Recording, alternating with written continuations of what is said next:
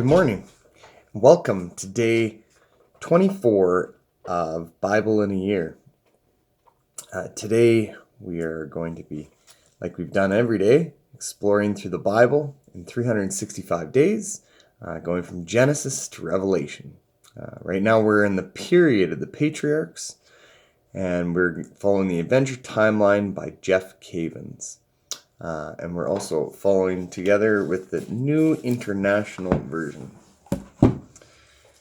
Today we're going to be exploring Genesis chapters 45 to 46 as Jacob reveals his true identity to his brothers, and as a result, Jacob, his father Israel, finds out his son is alive, and so then he goes to join him in chapter 46 in Egypt. He's excited to see his son. And this is confirmed to God by God in a dream. So we'll read all about that. Then we continue on to Job chapters 37 to 38.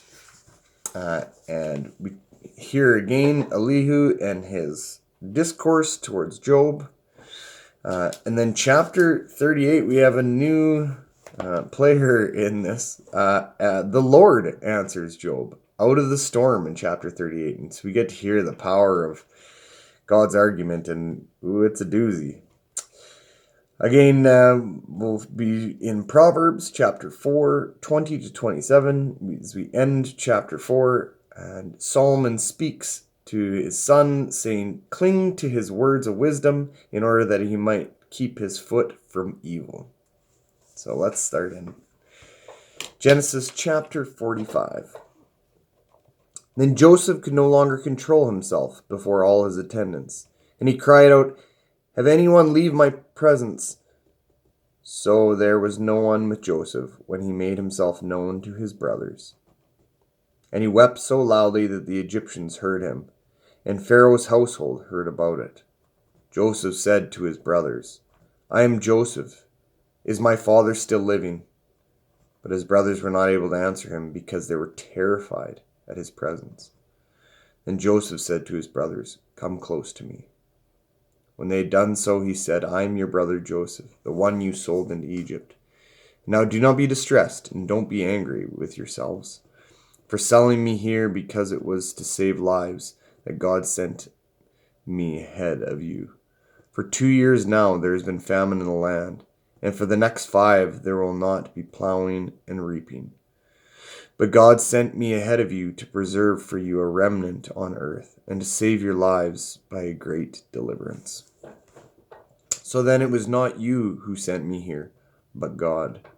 He made me father to Pharaoh, lord of his entire household and ruler of all Egypt.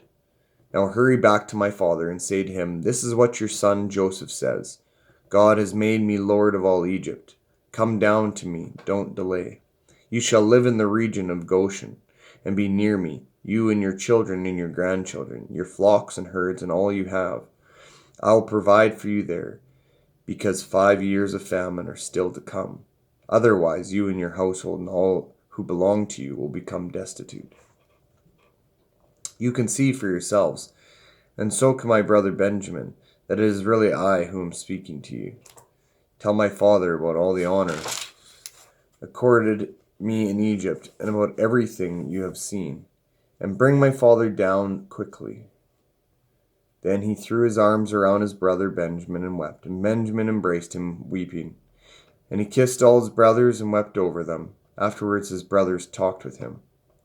When the news reached Pharaoh's palace that Joseph's brother had come, Pharaoh and all his officials were pleased. Pharaoh said to Joseph, "Tell your brothers, do this. Load your animals and return to the land of Canaan, and bring your father and your families back to me. I'll give you the best of the land of Egypt, and you can enjoy the fat of the land."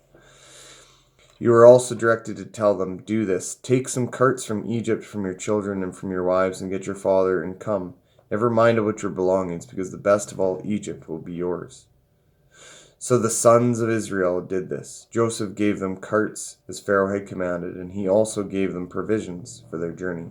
To each of them he gave new clothing, but to Benjamin he gave 300 shekels of silver and 5 sets of clothes. And this is what he sent to his father: 10 donkeys loaded with best things of Egypt, and 10 female donkeys loaded with grain and bread and other provisions for his journey. Then he sent his brothers away, and as they were leaving, he said to them, "Don't quarrel on the way." So they went up out of Egypt and sent to their father Jacob in the land of Canaan. They told him, "Joseph is still alive. In fact, he is ruler of all Egypt." Jacob was stunned. He didn't believe them. But when they told him everything Joseph had said to them, and when he saw the cart Joseph had sent to carry him back, the spirit of the father Jacob revived. And Israel said, "I'm convinced my son Joseph is alive. I will go and see him before I die." Chapter 46. So Israel set out with all that was his, and when he reached Beersheba, he offered sacrifices to the God of his father Isaac. And God spoke to Israel in a vision at night and said, "Jacob, Jacob." "Here I am," he replied. "I am God, the God of your father," he said. "Do not be afraid to go down to Egypt, for I will make you into a great nation. There I will go down to Egypt with you, and I will surely bring you back again. Joseph's own hand will close your eyes." Then Jacob left Beersheba. And Israel's sons took their father Jacob and their children and their wives in the carts that Pharaoh had sent to transport them. They also took with them their livestock and possessions they had acquired in Canaan. And Jacob and all his offspring went to Egypt. He took with him to Egypt his sons and grandsons, and his daughters and granddaughters, all of his offspring. These are the names of the sons of Israel, Jacob and his descendants, who went to Egypt. Reuben, the firstborn of Jacob. The sons of Reuben, Hanok, Palu, Hezron, and Camri. The sons of Simeon, Jemuel, Jamin, Ohad, Jachin, Zohar, and Shaul, the son of the Canaanite woman. The sons of Levi, Gershon, Kohath, and Merari. The sons of Judah, Onan, Shelah, Perez, and Zerah. But and Onan had died in the land of Canaan. The sons of Perez, Hezron and Hamel. The sons of Issachar, Tola, Puah, Jashub, and Shimron. The sons of Zebulun, Zered, Elon, and Jalo. These were the sons of Leah born to Jacob in Padam Aram, besides his daughter Dinah. These sons and daughters of his were 33 in all. The sons of Gad, Zephon, Haggai, Shunai, Esbon, Eri, Erodi, and Ureli. The sons of Asher, Imnah, Ishvi, and Beriah. Their sister was Sarah. The sons of Beriah, Heber and Melchiel. These were the children born of Jacob by Zilpah, whom Laban had given to his daughter Leah, 16 in all. The sons of Jacob's wife Rachel, Joseph and Benjamin. In Egypt, Manasseh and Ephraim were born to Joseph by Aseneth, daughter of Potiphera, priest of On. The sons of Benjamin were Bela, Becher, Ashbel, Gera, Naaman, Ehi, Rosh, Mupim, Hupim, and Ard. These were the sons of Rachel, who were born to Jacob, 14 in all. The son of Dan, Hushim, the son of Naphtali, Jaziel, Guni, Jezer, and Shalem. These were the sons born of Jacob by Bilhah, whom Laban had given to his daughter Rachel, 7 in all. All those who went to Egypt with Jacob, those who were his direct descendants, not counting his sons' wives, numbered 66 persons. With the 2 sons who had been born to Joseph in Egypt, the members of Jacob's family, which went to Egypt were 70 in all. Now Jacob sent Judah ahead of him to Joseph to get directions to Goshen. When they arrived in the region of Goshen, Joseph had his chariots made ready and went to Goshen to meet his father Israel. As soon as Joseph appeared before him, he threw his arms around his father and wept for a long time. Israel said to Joseph, "Now I am ready to die, since I have seen for myself that you are still alive." Then Joseph said to his brothers and to his father's household, "I will go up and speak to Pharaoh, and will speak to him. My brothers and my father's household, who are living in the land of Canaan, have come to me. The men are shepherds. They tend livestock, and they have been brought along their flocks and herds and everything they own. When Pharaoh calls you in and asks, 'What is your occupation?' you should answer, 'Your servants have tended livestock from our boyhood on, just as our fathers did.' Then you will be allowed to settle in the region of Goshen, for all shepherds are detestable to the Egyptians." End of chapter 46. And next we'll read Job 37 to 38.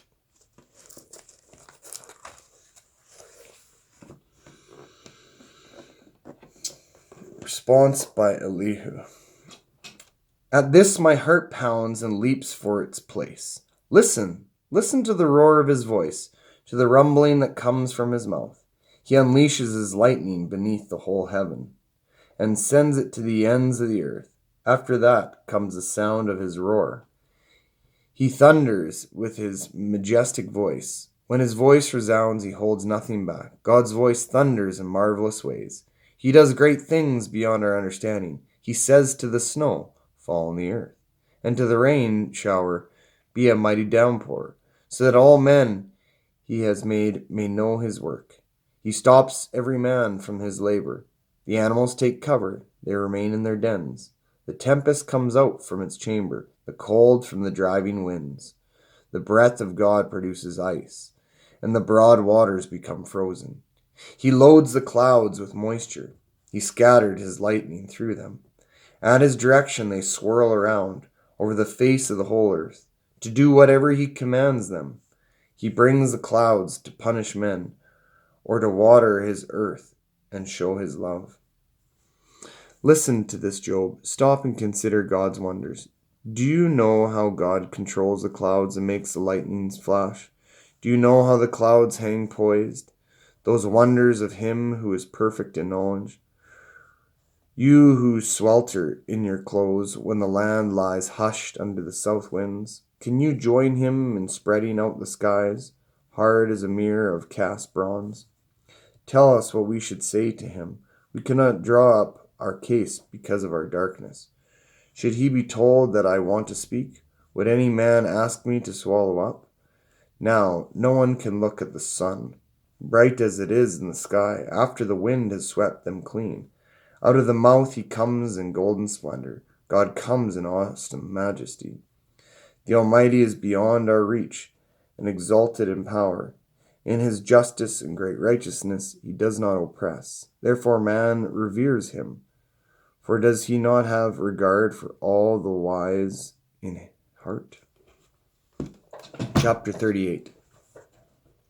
Then the Lord answered Job out of the storm. He said, "Who is this that darkens my counsel with words without knowledge? Brace yourself like a man. I will question you, and you shall answer me. Where were you when I laid the earth's foundation? Tell me if you understand. Who marked off its dimensions? Surely you know. Who stretched a measuring line across it? On what were its footings set? Or who laid its cornerstone, while the morning stars sang together, and all the angels shouted for joy? Who shut up the sea behind the door, when it burst forth from the womb? When I made the clouds its garment, and wrapped it in thick darkness? When I fixed limits for it, and set its doors and bars in place? When I said, 'This far you may come, and no farther'? Here is where your proud waves halt. Have you ever given order to the morning, or shown the dawn its place? that it might take the earth by the edges and shake the wicked out of it? The earth takes shape like clay under a seal. Its features stand out like those of a garment. The wicked are denied their light, and their upraised arm is broken. Have you journeyed to the springs of the sea, or walked in the recesses of the deep? Have the gates of death been shown to you? Have you seen the gates of the shadow of death? Have you comprehended the vast expanse of the earth? Tell me if you know all this. What is the way to the abode of light? And where does darkness reside? Can you take them to their places? Do you know the paths to their dwellings? Surely you know, for you were already born. You have lived so many years. Have you entered the storehouses of the snow, or seen the storehouses of the hail, which I reserve for times of trouble, for days of war and battle? What is the way to the place where the lightning is dispersed, or the place where the east winds are scattered over the earth? Who cuts the channel for the torrent of rain, and a path for the thunderstorm, to water a land where no man lives, a desert with no one in it, to satisfy a desolate wasteland, and make it sprout with grass? Does the rain have a father? Who fathers the drops of dew? From whose womb comes the ice? Who gives birth to the frost from the heavens, when the water becomes hard as stone, when the surface of the deep is frozen? Can you bind the beautiful Pleiades? Can you loose the cords of Orion? Can you bring forth the constellations in their season, or lead out the bear with its cubs? Do you know the laws of heaven? Can you set up God's dominion over the earth? Can you raise your voice to the clouds and cover yourself with a flood of water? Do you send the lightning bolts on their way? Do they report to you, "Here we are"? Who endowed the heart with wisdom, or gave understanding to the mind? Who has the wisdom to count the clouds? Who can tip over the water jars of the heavens? When the dust becomes hard, and the clods of earth stick together, do you hunt the prey for the lioness, and satisfy the hunger of the lions, when they crouch in their dens or lie in wait in a thicket? Who provides food for the raven, when its young cry out to God, and wander about for lack of food? It ends chapter 38. And our last reading is Proverbs 4:20-27. My son, pay attention to what I say. Listen closely to my words. Do not let them out of your sight. Keep them within your heart, for they are life to those who find them, and health to a man's whole body. Above all else, guard your heart, for it is the wellspring of life. Put away perversity from your mouth. Keep corrupt talk from your lips. Let your eyes look straight ahead. Fix your gaze directly before you. Make level paths for your feet, and take only ways that are firm. Do not swerve to the right or to the left. Keep your foot from evil. These are end of the reading of Proverbs 4. These are great words of wisdom.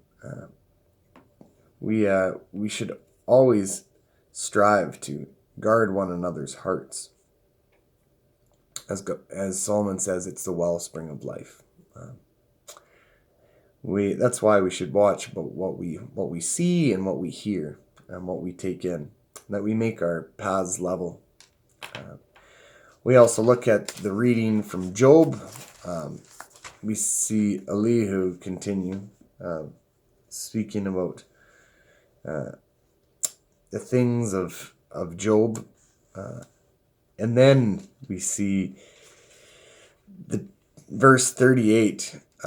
This verse always blows my mind. Wow, this and the following one that talks about the Lord answering Job in the storm.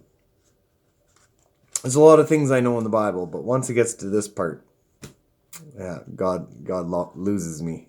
These are things far beyond my understanding. Yes, he talks about where where does God bring all the things that he does? How does it come about? These are things that we cannot even comprehend. I mean, where does the hail go? Where does the snow come from? Um, who puts up the laws of heaven? Binds the constellations together. I mean, these are things that are beyond any of our understanding. Thank God that he's in charge and we are not. And then lastly, we hear about Jacob revealing his true identity.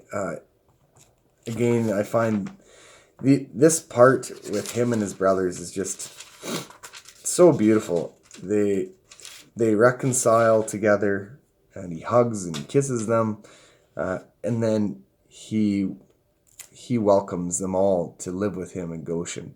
And his father, even though he's a little apprehensive about whether this is his son, God even confirms it with a dream that he is to go and not be worried, and that he will be brought back one day. But that his son Joseph, the people will be brought back one day, not him. It says that Joseph will be the one who will close his eyes when he dies. It's such comfort that God gives his people. It's so beautiful. I hope that you join in this beauty of God as you walk alongside him, and that you trust in him like Joseph did. And look at what happens as a result of this. The family is reconnected, reconciled, and it's such a beautiful story. I can't wait to continue in this story with you and talk about the beautiful things that God promises his people through his book from Genesis to Revelations. May you have a blessed day. Pray for me as we go through this, and as I pray for you, that you might be filled with the wisdom and the knowledge and the fear of the Lord Almighty. Have a blessed day.